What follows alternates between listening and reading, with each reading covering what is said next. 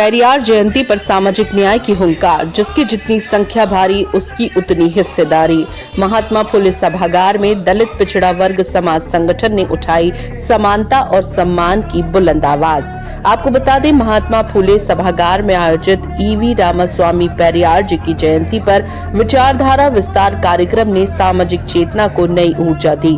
दलित पिछड़ा वर्ग समाज संगठन द्वारा आयोजित इस कार्यक्रम में राष्ट्रीय अध्यक्ष दामोदर यादव ने पेरियार जी के विचारों को साझा करते हुए कहा, पिछड़ा वर्ग देश की जनसंख्या का 52% है। उन्हें नीति निर्माण और आरक्षण में भी उतनी ही हिस्सेदारी मिलनी चाहिए।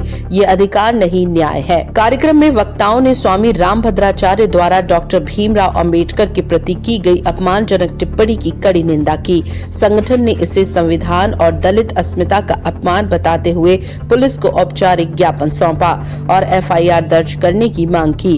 हम चुप नहीं रहेंगे। अंबेडकर जी का अपमान पूरे समाज का अपमान है। कानून से जवाब लिया जाएगा। ये स्वर सभागार में गूंजता रहा।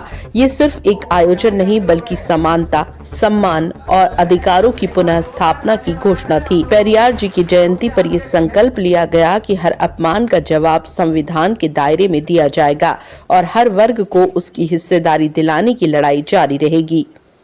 कि जब आदरणीय खड़गे साहब कह रहे हैं कि संख्या के अनुसार भागीदारी दी जाएगी, आदरणीय राहुल गांधी जी कह रहे हैं कि संख्या के हिसाब से भागीदारी दी जाएगी, तो कमलनाथ और दिग्विजय सिंह तुम्हें क्या सांप सूंघ गया कि तुम्हें पिछड़ों की संख्या मध्य प्रदेश में दिखाई नहीं दे रही।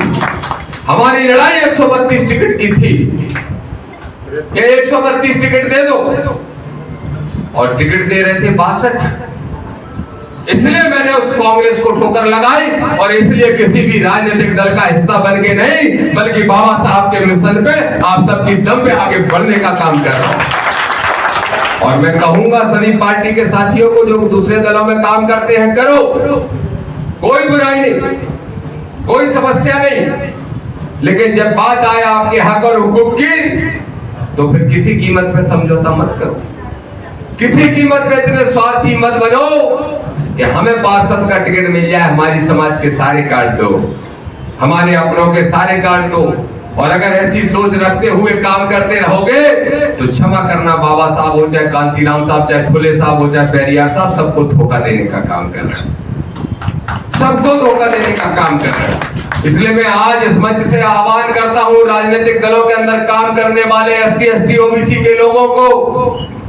ठीक कहा प्रियस ने, क्या कारण है?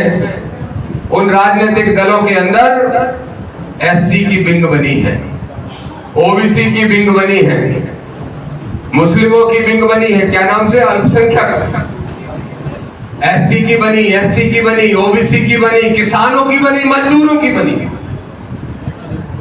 मैकेनिकों की बनी, सबकी बनी। लेकिन अगर किसी की नहीं बनी तो किसकी नहीं बनी? किसकी? बोलो, आप बोल दो, बघेल साहब ने रन दो। सामान्य वर्ग के लोगों की। क्यों नहीं बनी सामान्य वर्ग के लोगों की? क्यों नहीं बनी?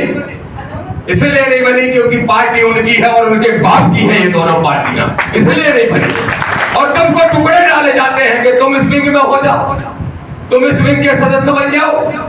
ये तुमको टुकड़े डाले जाते हैं और उन टुकड़ों को चाटने के लिए हमारे समाज के लोग, बड़े बड़े लोग, बड़े बड़े लोग, पैसे से भी बड़े, ताकत से भी बड़े, अपने टिकट के लिए इनकी चप्पलें उठाने का काम करते हैं। मुझे शर्म आती है ऐसे लोग। बीजेपी हो या कांग्रेस, सपा हो या बसपा, या हमारे भाई चंद्रशेखर आजाद, कोई भी राजनीतिक दल हो, ऐलान कर दो, ऐलान कर दो, सिर्फ एक नारे को ईमानदारी से पूरा कर दो। साहब कांसीराम कहते थे, जिसकी जितनी संख्या भारी उसकी उतनी हिस्सेदारी, ये पूरा कर दो। अगर है किसी में दम तो उसको पूरा कर दें। तो एक बाबा पर्चियां निकालता है, क्या नाम उसका, छतरपुर का, धीरेन धीरेन। अरे काय का शास्त्री? जिनको शास्त्रों का अध्ययन होगा वो शास्त्री होगा ना। उस नालायक को क्या पता शास्त्र क्या होता, शास्त्र क्या होते, क्या मालूम उसको? और अगर मालूम होता, राजेंद्र रावत सुन लो ध्यान से, अगर उसको मालूम होता, आप भी सब बताना, अगर उसको मालूम होता दूसरों का भविष्य बताता है, तो वो नालायक अपने भाई को नहीं बता पाया कि मत जानी तो रात में एट्रोसिटी एक्ट लग जाएगा अगर जाटवों से जाके लड़ोगे तो। बता देता करे तो क्या अपना भविष्य नहीं बता पाया कि टेंट गिरने वाला है, एक मर जाएगा 10 घायल हो जाएंगे। अरे काय को मूर्ख बनते हो पिछड़ा वर्ग के लोगों, तुम ही बनते हो। ये हमारे अम्बेडकरवादी 80 के भाई तो बहुत जागरूक हो गए, लेकिन तुम डरते हो, तुम बनते हो।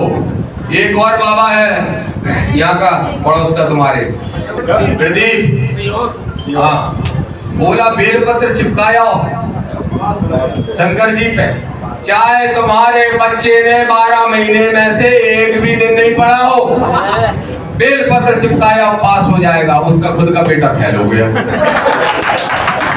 देखिए, पेरियार रामास्वामी जी का जो संदेश था, जो विचारधारा थी, वो फैलाना है हमें पूरे मध्य प्रदेश के अंदर। आज भोपाल में कार्यक्रम हुआ, इसके बाद जबलपुर में, ग्वालियर में, उज्जैन में, इंदौर में, सब जगह हम कार्यक्रम करने जा रहे हैं। पूरे 50-60 जिलों के अंदर कार्यक्रम 55 जिलों में करेंगे और उनकी विचारधारा ये पहुंचाएंगे कि पाखंड और आडंबर को छोड़ो, शिक्षा की तरफ आगे बढ़ो, अपने हक अधिकार के लिए लड़ो। दूसरा हमारा मुद्दा यह है, आपने देखा होगा अभी 5-6 दिन पहले किसी चैनल पे इंटरव्यू दिया, एक कोई बाबा है, क्या नाम बताया, राम भद्राचार्य, तथाकथित जगत गुरु, स्वयंभू जगत गुरु। वो बहुत अलग अलग बयानबाजी करते हैं। उन्होंने बाबा साहब को अज्ञानी बताया, उनको बाबा साहब को संस्कृत नहीं आती ये बताया, बाबा साहब संविधान के रचयिता नहीं है ऐसा भी कहा, संविधान को नहीं मानते ये भी कहा। इसलिए उनके खिलाफ राष्ट्रद्रोह का मुकदमा दर्ज कराने के लिए हम सब साथी सैकड़ों की संख्या में जा रहे हैं और पुलिस को आमने सामने खड़े होकर बात करेंगे।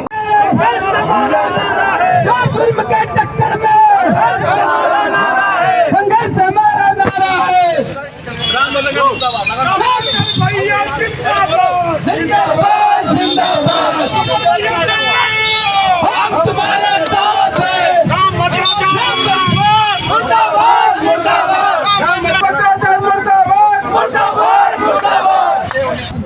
देखिए, दलित पिछड़ा समाज संगठन के पूरे प्रदेश के सैकड़ों कार्यकर्ता यहाँ पर आए हैं और हम लोगों की ये मांग है पुलिस कमिश्नर महोदय भोपाल से कि राम भद्राचार्य पर राष्ट्रद्रोह का मुकदमा दर्ज है।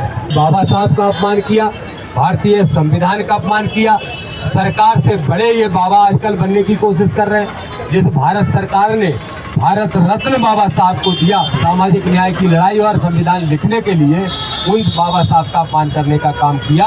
इस वीडियो के देश भर में प्रसारित होने से हमारे महापुरुष का अपमान हुआ है, जिससे मेरे और मेरे जैसे करोड़ों लोगों की भावना आहत हुई है। इस चैनल के माध्यम से जो साक्ष्य है वो जुटाए जा सकते हैं। अगर पुलिस चाहे, स्पष्ट कह रहा हूँ मीडिया के सामने, अगर पुलिस चाहे तो जो हमारे आवेदक हैं, हमारे जिला अध्यक्ष हैं, ये जो आवेदन आपको दे रहे हैं, हमारे दलित पिछड़ा समाज संघ के जिला अध्यक्ष हैं दिलीप भस्के जी, वो आपको आवेदन दे रहे हैं और पूरा संगठन उनके साथ खड़ा है। अगर आपको आवश्यकता लगे तो हम स्वयं वो वीडियो आपको उपलब्ध कराएंगे, जिसके आधार पर आपको एफआईआर करने में आसानी होगी। और एफआईआर सिर्फ भावनाएं हाथ करने की नहीं, एफआईआर संविधान को न मानने के कारण राष्ट्रद्रोह का मुकदमा चलने की हमारी मांग है कि राम भद्राचार्य पे राष्ट्रद्रोह का मुकदमा कायम किया जाए। क्यों भाइयों, सहमत हो? तो हमारी मांग है कि हम कोई टकराहट नहीं चाहते, हम संविधान के मानने वाले लोग हैं, तो हम चाहते हैं कि कानून भी न टूटे, हम चाहते हैं कि हमें पूरे प्रदेश में आंदोलन न करना पड़े और आपके द्वारा इनके खिलाफ एफआईआर की जाए। बस इसी मांग को लेकर हम आपके बीच में पहुंचे हैं। ये देश धर्मनिरपेक्ष राज बोला जाता है और इस देश के ये देश बाबा साहब के संविधान की वजह से चलता है। और राम भद्राचार्य वो खूब कथाएं करवाए, वो खूब अपने लोगों को समझाए, लेकिन डॉक्टर बाबा साहब अम्बेडकर जी के संविधान में जो बात बोली है उसका जो है उसके खिलाफ हम लोग ज्ञापन देने आए।